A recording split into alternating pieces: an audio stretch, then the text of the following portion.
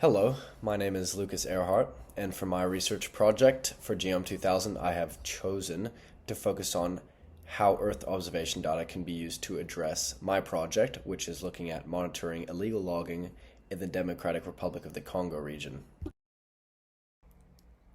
Just a bit of background regarding the subject. The DRC region bears the largest forest cover in all of Africa, with nearly 4 million hectares of forest being cut down each year.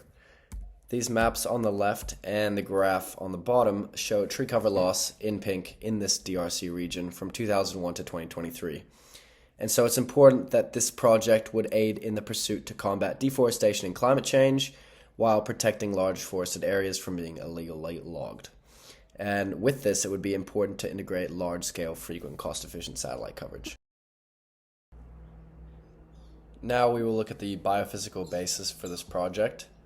I reviewed 6 independent articles that all collected satellite data, and they were looking at monitoring forest loss in completely different regions around the world. This pie graph on the left I created to simply illustrate which satellite sensor types were used by these articles. I looked at the fusion of Sentinel and Landsat data and found it to be considered the most effective, reliable, and cost-efficient way of collecting this data. I looked at LiDAR as well. And in terms of extracting information, it's very advantageous. However, it is far more expensive and hard to deploy large scale in difficult terrain. And since DRC is considered a third world country and low socioeconomic, I would say this is probably not the best way.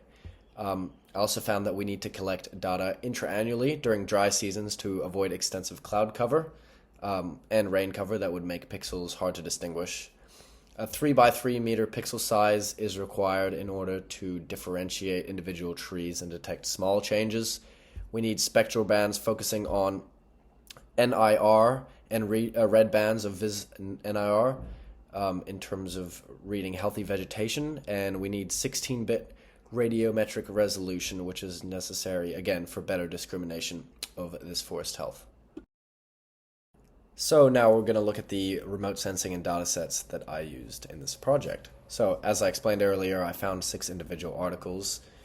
The graph on the left compares the relationship between spatial resolution of different sensory types with their relative price.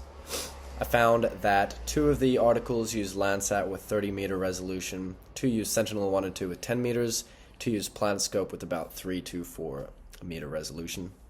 They're all therefore capable of completing the spectral requirements of observing vegetation trends over time, and the temporal periods did vary depending if the study area focused on tropical or drier regions, and the acquisition of data occurred as frequently as every 4 to 6 months or less frequently every couple of years. So now we're going to look at the image processing algorithms used. I created a flowchart on the left to simply illustrate these algorithms and steps.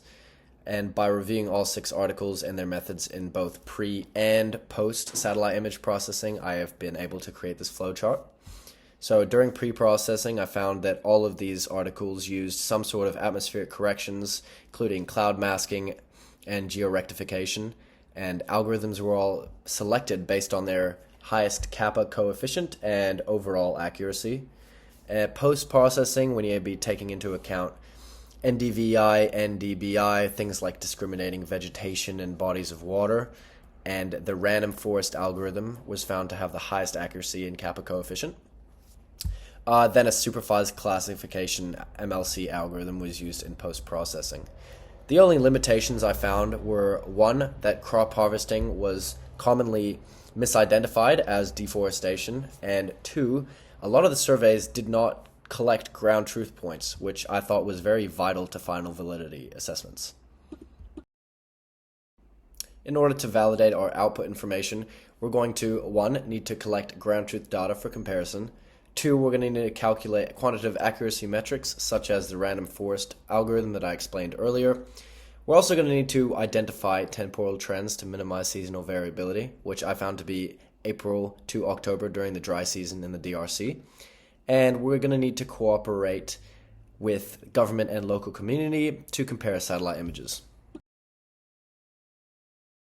So in terms of communicating output information, we're going to need to collaborate with the government and local entities to communicate with which areas should not be experiencing forest loss. We need to be both transparent and valid. And we need to show that there's a huge economic incentive where basically these tropical countries are losing $15 billion per year in lost revenue due to illegal logging.